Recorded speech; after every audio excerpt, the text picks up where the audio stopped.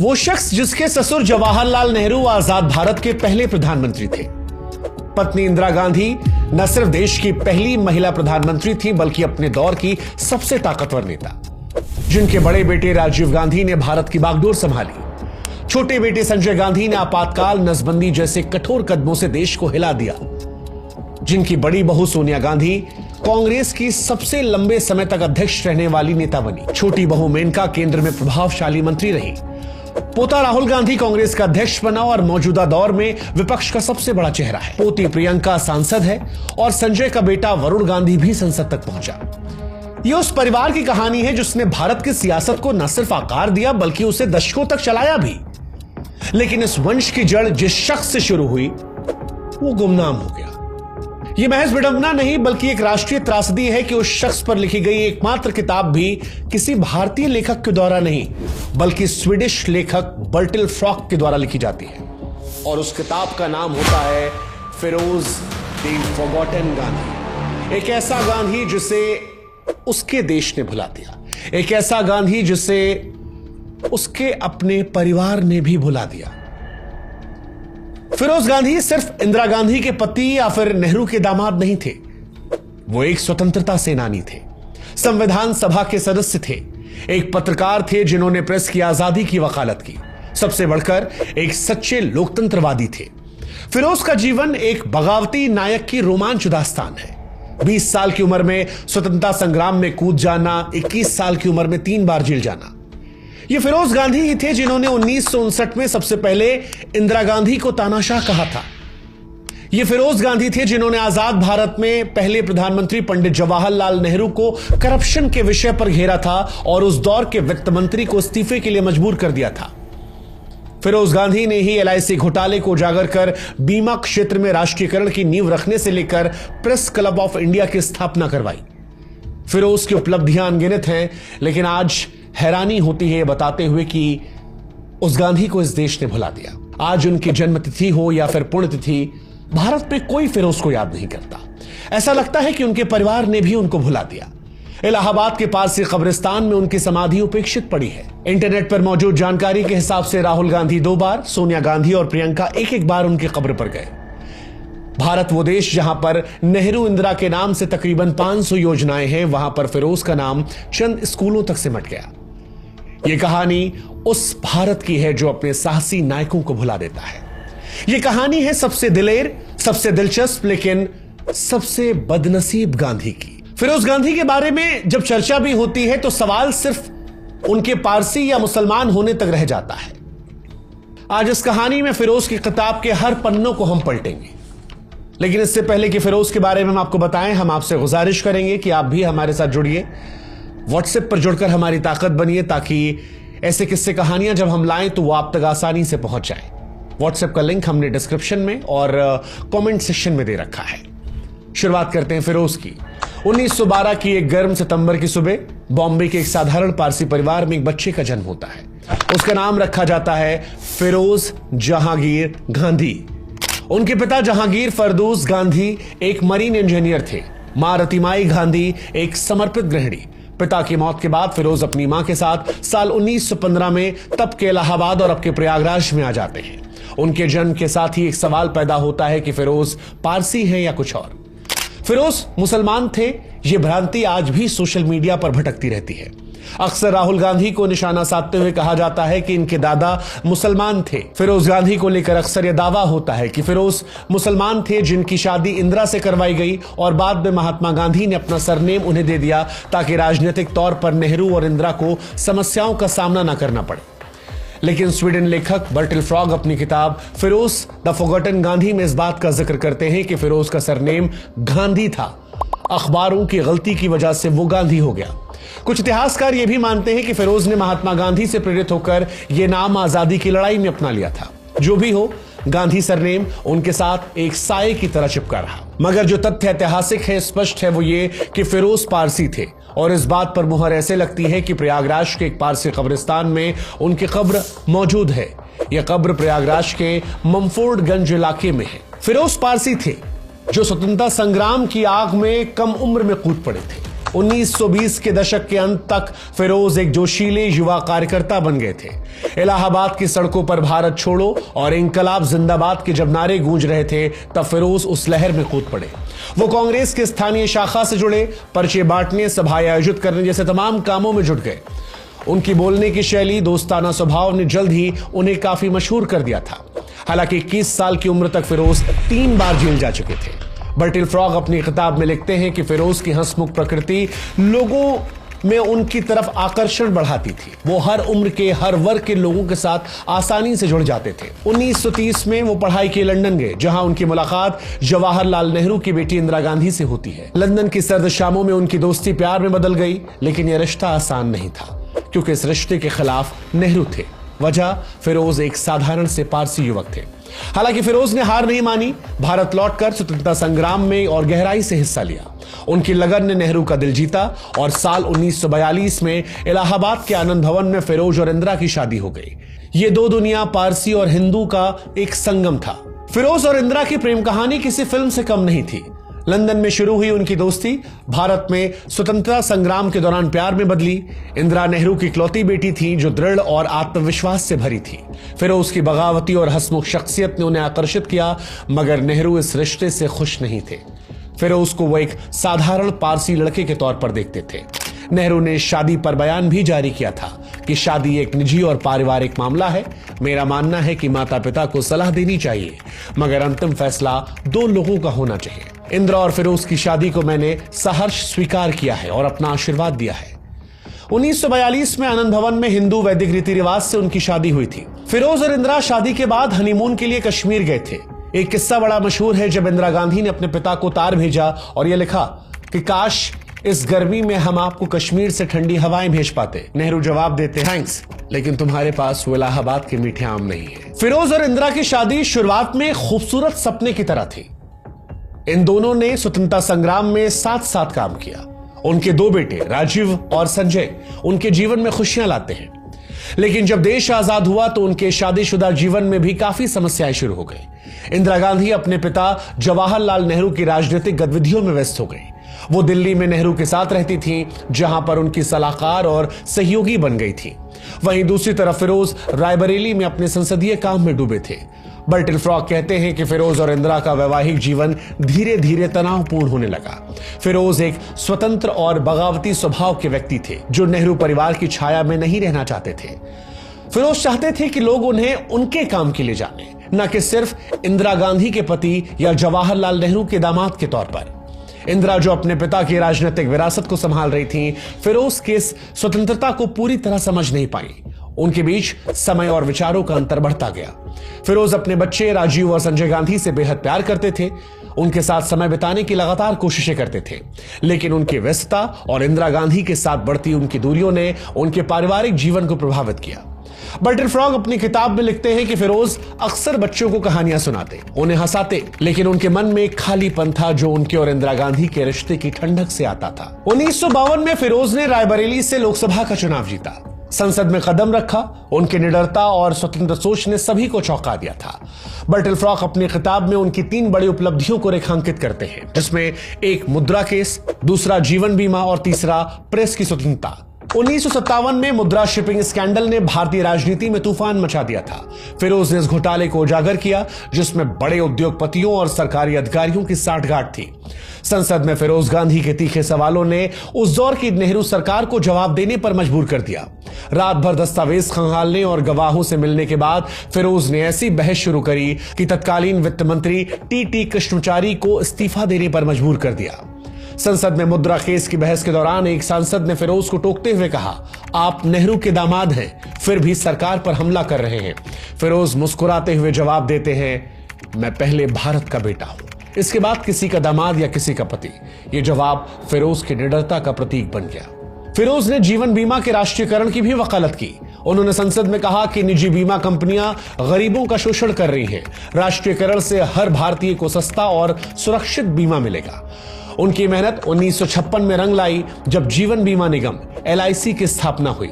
यह संस्था आज भी भारत की अर्थव्यवस्था के मजबूत हिस्सा है। मौजूदा दौर में अक्सर प्रेस के फ्रीडम को लेकर सवाल उठाया जाता है, लेकिन आपको यह बात जानकर हैरानी होगी कि फिरोज गांधी अपने दौर में स्वतंत्रता के बड़े हिमायती थे। उन्होंने प्रेस की स्वतंत्रता विधेयक को पेश किया था ताकि पत्रकार सरकारी दबाव से मुक्त रहे। हालांकि यह विधेयक पास नहीं हुआ, लेकिन इस विधेयक को पेश करना उनकी दूरदर्शिता को दिखाता है। आज का प्रेस क्लब ऑफ इंडिया उनके द्वारा स्थापित फिरोज गांधी ट्रस्ट की देन है। फिरोज गांधी वो पहले शख्स थे जिन्होंने इंदिरा गांधी को तानाशाह कहा था। फिरोज जिस तरह से पार्लियामेंट में काम कर रहे थे, कहा जाता है कि जवाहरलाल नेहरू उससे बहुत खुश नहीं थे। इंदिरा ने भी अपने पति फिरोज की कभी तारीफ नहीं की। फिरोज ऐसे पहले शख्स थे जिन्होंने इंदिरा गांधी के कथित तानाशाह रवैये को सामने रखा। 1959 में फिरोज ने इंदिरा को डिनर टेबल पर नेहरू के सामने पहली बार तानाशाह कहकर बुलाया।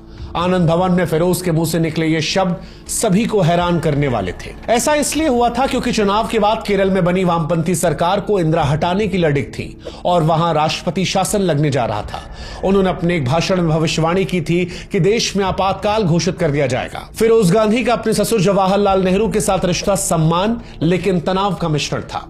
नेहरू उनकी निडरता की तारीफ करते थे, लेकिन फिरोज की आलोचनाएं उन्हें परेशान करती थी। मुद्रा केस ने फिरोज गांधी और पंडित नेहरू के रिश्ते को और ज्यादा तनावपूर्ण बना दिया था। फिरोज के करीबी ने बर्टिल फ्रॉक को बताया कि उनकी और नेहरू की बातचीत अक्सर तीखी बहस में बदल जाती थी। फिरोज नेहरू को सम्मान तो करते थे, मगर उनकी नीतियों से वो सहमत नहीं थे। एक बार नेहरू के साथ नीतिगत बहस में फिरोज गांधी ने कहा कि पंडित जी, अगर हम गलतियों को नहीं सुधारेंगे तो फिर आजादी का मतलब क्या है। कहा जाता है कि नेहरू तब खामोश थे, लेकिन बाद में नेहरू अपने सहयोगियों से बोले कि फिरोज में वो आग है जो मुझे अपने युवा दिनों में दिखती थी। ये बात फिरोज की बेबाकी और नेहरू के प्रति उनके सम्मान को दर्शाती है। फिरोज गांधी की जिंदगी में जो कुछ सवाल उठते हैं वो अक्सर कई महिलाओं से उनके रिश्ते को लेकर उठते हैं। फिरोज और इंदिरा की शादी शुरुआत में एक प्रेम कहानी थी, लेकिन आजादी के बाद उनके रिश्ते में दरार आ गई। इंदिरा नेहरू की राजनीतिक गतिविधियों में डूब गईं और फिरोज गांधी अपनी अलग पहचान बनाने के लिए संघर्ष करने लगे। बर्टिल फ्रॉग ये लिखते हैं कि फिरोज नेहरू परिवार की छाया में नहीं रहना चाहते थे। वो चाहते थे कि लोग उनके काम के लिए उन्हें याद रखें, और इसी बीच में जब इंदिरा से उनकी दूरियां बढ़ी तो उनके जीवन में कई सारी महिलाओं के आने का जिक्र है, जिसमें से एक बड़ी घटना लखनऊ के नवाब के यहां अफेयर की अफवाहें हैं। फिरोज के निजी जीवन का एक विवादास्पद पहलू लखनऊ के नवाब के यहां उनकी कथित अफेयर की अफवाहें थीं। बर्टिल फ्रॉग ये लिखते हैं कि 1950 के दशक में फिरोज के लखनऊ में एक नवाब की बेटी के साथ नजदीकियों की बातें उड़ी। ये अफवाहें तब शुरू हुई जब फिरोज लखनऊ में अपने संसदीय और सामाजिक कार्यों के सिलसिले में अक्सर जाया करते थे।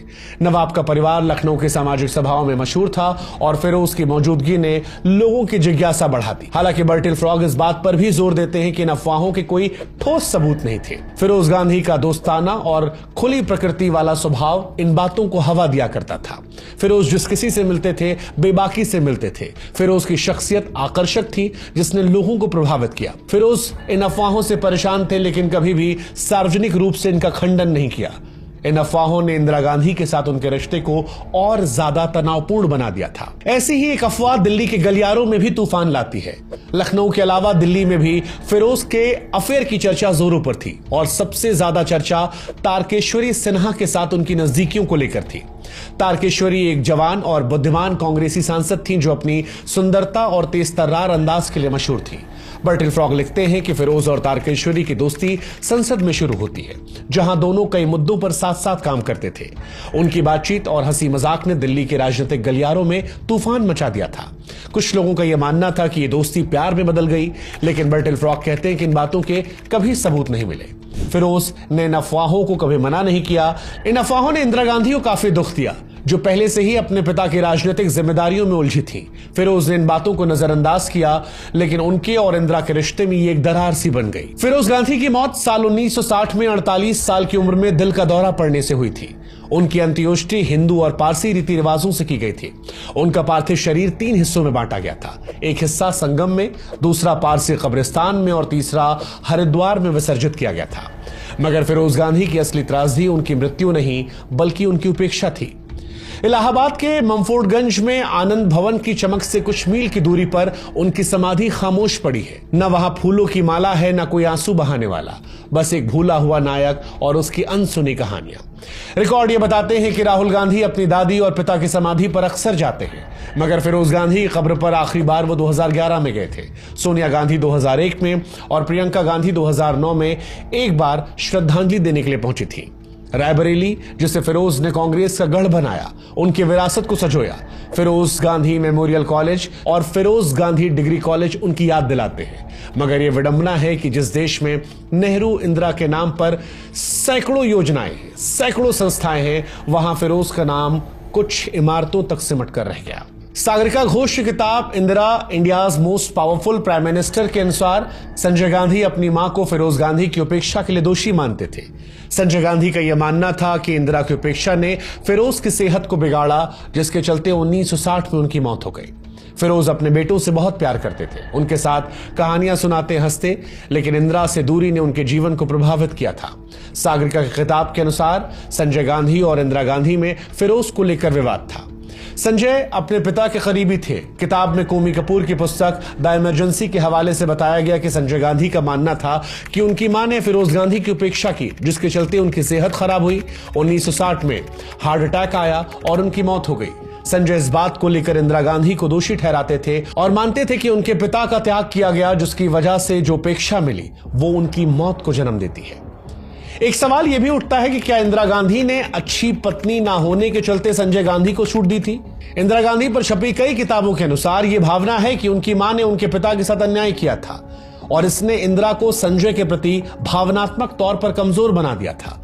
किताब में से धृतराष्ट्र सिंड्रोम भी कहा गया है, जहां पर इंदिरा गांधी अपने बेटे के प्रति अंधे प्रेम में उसकी गलतियों को नजरअंदाज करती हैं और खासकर आपातकाल 1975 से 77 के दौरान संजय की बेलगाम शक्ति में दिखा, जहां इंदिरा गांधी की कमजोरियों का फायदा उठाया गया। अब एक सवाल जो सबके मन में आना चाहिए कि गांधी परिवार आखिर फिरोज गांधी को भूल क्यों गया?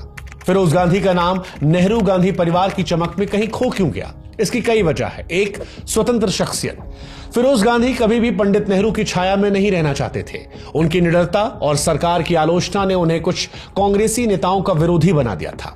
दूसरी वजह, इंदिरा गांधी की प्राथमिकताएं अलग थी। इंदिरा गांधी ने अपने पिता जवाहरलाल नेहरू की विरासत को आगे बढ़ाया, जिससे फिरोज गांधी की उपलब्धियां पीछे छूट गईं और उन उपलब्धियों का जिक्र कभी किया नहीं गया।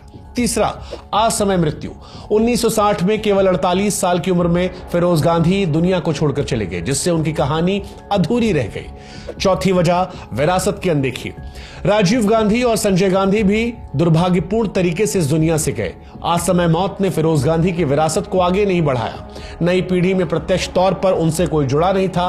राहुल गांधी, प्रियंका गांधी के सामने शुरुआत से अपनी चुनौतियां थीं, जहां पर उनकी दादी की हत्या, उनके पिता की हत्या और उस बीच में उनकी सिक्योरिटी और मनोवैज्ञानिक तौर पर पड़ने वाले तमाम परेशानियां, तनाव। राहुल और प्रियंका कभी भी अपने दादा के साथ जीवन नहीं गुजारते हैं। शायद एक ये भी वजह हो सकती है कि वो उनके साथ इतने क्लोज नहीं हो पाए। एक वजह जो और कही जाती है वो ये कि फिरोज गांधी पारसी परिवार से आते थे। आज भी उनकी समाधि जो है वो पारसी रीति रिवाजों से है, लेकिन भारत की सियासत में पारसी बनकर सियासत करना मुश्किल हो सकता है। इसीलिए प्रत्यक्ष तौर पर फिरोज गांधी का नाम गांधी परिवार से कोई नहीं लेता, क्योंकि अगर यह नाम बार बार लिया जाएगा तो शायद एक नई बहस का जन्म हो जाएगा। राहुल गांधी खुद को ब्राह्मण बताते हैं, जो अपने नाना पंडित जवाहरलाल नेहरू से लेते हैं, लेकिन भारत की परंपरा के अनुसार बेटे का या पोते का धर्म वो होता है जो दादा का धर्म होता है। ऐसे में इस सियासत को हवा ना दी जाए, इसलिए भी फिरोज गांधी को भुला दिया गया या जानबूझकर उनका नाम नहीं लिया था, ताकि एक नए विवाद का जन्म ना हो। फिरोज गांधी के नाम पर भारत में कौन कौन से स्थान हैं? कुछ स्थान है, जैसा कि हमने आपको बताया। फिरोज गांधी के नाम पर लुधियाना में फिरोज गांधी के नाम से एक मार्केट है। फिरोज गांधी के नाम पर एक डिग्री कॉलेज भी है। हालांकि इन स्थानों की कहानी जो है वो बहुत कम लोगों को पता है। फिरोज गांधी को भारत में इतिहासकारों और लेखकों के द्वारा भले ही कम तवज्जो दी गई हो, लेकिन फिरोज गांधी की कहानी हमें यह सिखाती है कि सच्चाई और साहस कभी पुराने नहीं पड़ते। आज जब भारत में भ्रष्टाचार, प्रेस की फ्रीडम या फिर लोकतांत्रिक चुनौतियों का जिक्र होता है तो फिरोज गांधी की आवाज हमें रास्ता दिखाती है। उनकी निडरता हमें इंस्पायर करती है कि सत्ता के सामने सच बोलने की हिम्मत रखिए। उनकी विरासत हमें याद दिलाती है कि हमें हमारे नायकों को भूलना नहीं है, बल्कि उनकी आग को जिंदा रखना है। फिरोज गांधी का नाम भले ही इतिहास के पन्नों में धुंधला हो गया हो, मगर उनकी कहानी हमारे दिलों में चमकती है। ये एक ऐसे सितारे की गाथा है जो अपने समय में चमका और हमें यह सिखा गया कि सच्चाई की राह पर चलने वाले कभी नहीं हारते। फिरोज गांधी की कहानी में इतना ही। फिरोज गांधी की जिंदगी का कोई खास हिस्सा अगर आप सुनना चाहेंगे तो आप कमेंट सेक्शन में उसका जिक्र कर सकते हैं। अगर कोई और कहानी आपको सुननी होगी तो आप उसका भी जिक्र कर सकते हैं। जाते जाते एक बार फिर हम आपसे अपील करेंगे कि आप हमारे साथ व्हाट्सएप पर जरूर जुड़िए, ताकि हमारा आपका रिश्ता जो है वो और मजबूत हो सके। फिरोज गांधी की ये कहानी कैसी लगी हमें कमेंट सेक्शन में जरूर बताएगा। और क्या आप भी मानते हैं कि फिरोज सबसे बदनसीब गांधी थे?